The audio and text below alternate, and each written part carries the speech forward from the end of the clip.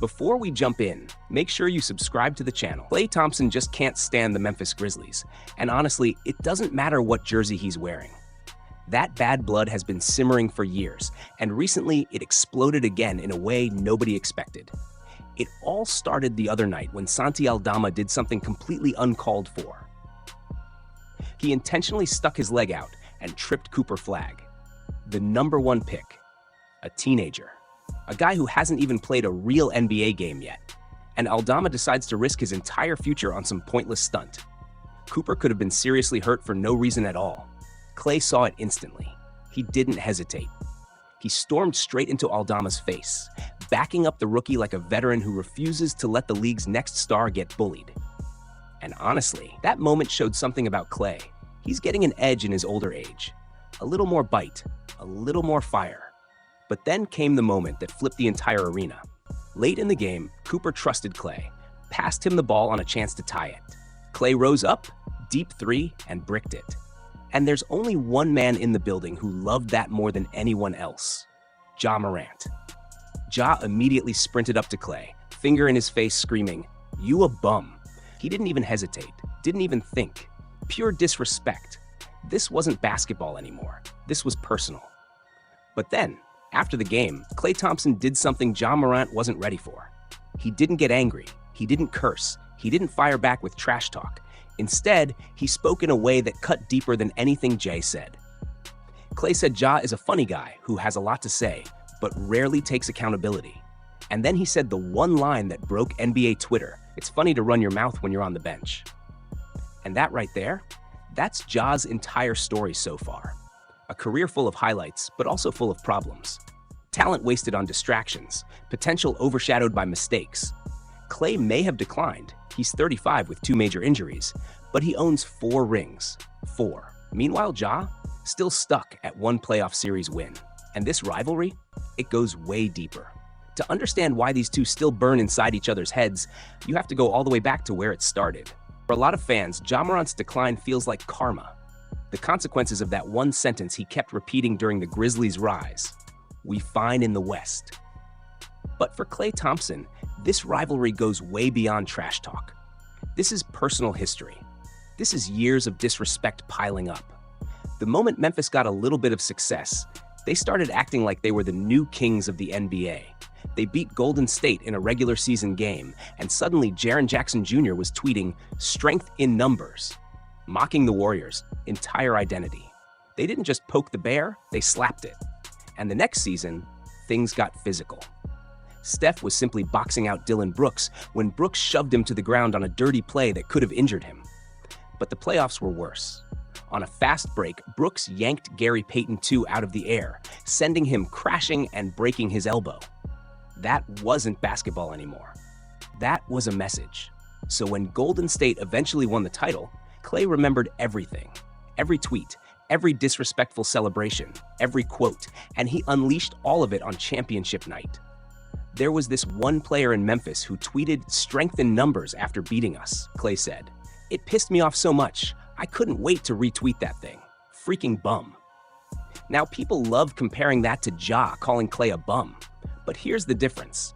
Klay said it on a championship podium. Ja said it in sweats while sitting on the bench. One is a 4-time champion. The other hasn't won a single meaningful thing. And soon after, the Grizzlies' downfall began. Ja's suspensions, team drama, declining production, and Klay didn't hesitate to laugh in their face. But the crazy part? Years later, the decline hasn't stopped. It's actually gotten worse. Ja Morant is now 26, supposedly entering his prime, yet he's averaging career lows across the board. He's clashing with his own coach, and according to fresh reports, Memphis is officially exploring trade options for him.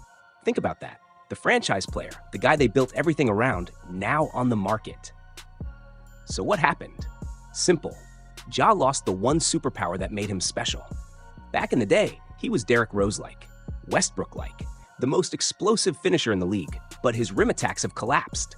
As a rookie, almost half his shots came at the basket. Now, barely 28%. Why? Because he said he was done dunking after getting hurt too many times. Okay, fair enough. So maybe he evolved his game? Maybe he became a shooter? Nope. He's a terrible shooter. League average is around 36 to 37%. Ja isn't even close, and that makes his trash talk toward Klay sting even more, because Klay, even in decline, is still one of the greatest shooters ever. But after tearing his ACL and Achilles back-to-back, he hasn't been the same. He left Golden State hoping for a fresh start, choosing Dallas over the Lakers, even turning down $30 million more guaranteed. But that move has only made his drop-off worse. He's now putting up career lows across the board: points, assists, steals, threes. And he's coming off the bench, the exact situation he left Golden State to avoid. And the real issue? He no longer has Steph Curry's gravity opening the floor for him. Because Klay was never a shot creator. He was a shot killer. And without the perfect system around him, his age and injuries are showing more than ever. Klay Thompson built his legacy on efficiency, timing, and the ability to destroy teams without even taking a single dribble. His entire game was built around rhythm and structure, and for years, playing next to Steph Curry gave him the perfect environment to shine. But when the Mavericks traded away Luka Doncic, the engine of their entire offense, it didn't just hurt their chances of contending. It quietly killed everything that made Klay Klay. So imagine how irritated, how genuinely burned he must have felt when Morant, a player drowning in his own problems, stepped up and called him out. Because the truth is, this whole thing isn't even about Morant. What you're seeing now is a pattern that has followed Klay for years. A pattern made of insecurity, expectations, and the painful reality of aging in a league that moves faster every year. The first real moment the world saw this side of Klay was during the NBA's 75th anniversary team. Everyone was waiting to see which legends made the list, and out of the entire Warriors dynasty, only Steph Curry got the call. No Draymond, no Klay. And when the list dropped, it hit Klay harder than anyone expected. He walked into the Warriors' facility late that day, head down, body language off, clearly disappointed. The team even joked about it, hanging a custom number 77 jersey in his locker, as if to say he barely missed the top 75. Most guys would laugh, maybe poke back, then move on. But Klay, he wore the jersey, took photos, posted them on Instagram, not once, multiple times. He brought it up again months later after a big game, like he was still trying to convince the world he belonged. Everyone knew what it meant. The snub cut deep. And that insecurity stayed. Over and over, whenever he had one good night, he'd remind everyone, "People forgot who I am," or "Y'all act like I've never done anything." That wasn't confidence. That was someone trying to protect a shaken identity. But nothing exposed his vulnerability like the moment against the Suns on October 22nd. It was early in the season, and Phoenix came out breathing fire. Devin Booker was cooking. Klay was missing shots, getting beat off the dribble, looking slower and visibly frustrated. And Booker, who never wastes a chance to talk trash, started chirping. Prime Klay would have stayed locked in, dropped 37 and a quarter, and walked off laughing. But this was post-injury Klay. This was a version of himself he was still struggling to accept. Midway through the third quarter, after Booker hit another jumper, Klay snapped.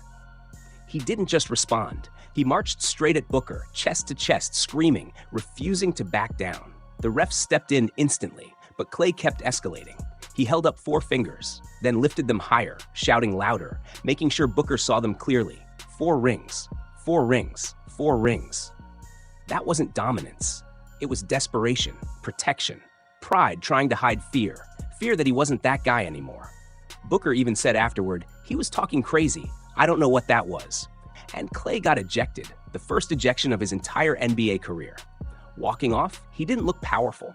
He looked shaken. So what we just witnessed in Dallas wasn't new. It was another chapter in a long story. Late career Klay battling decline, battling expectations, battling himself. And unfortunately for him, the exact wrong person, Morant, decided to poke that wound. Someone who hasn't lived up to his own promise. Someone whose career is already slipping away. And that's why Klay fired back so hard. Not because hit a nerve, but because Klay has been carrying that nerve for years. And while we're talking about decline, the LA Clippers are going through the season from hell. And somehow, it just got even worse.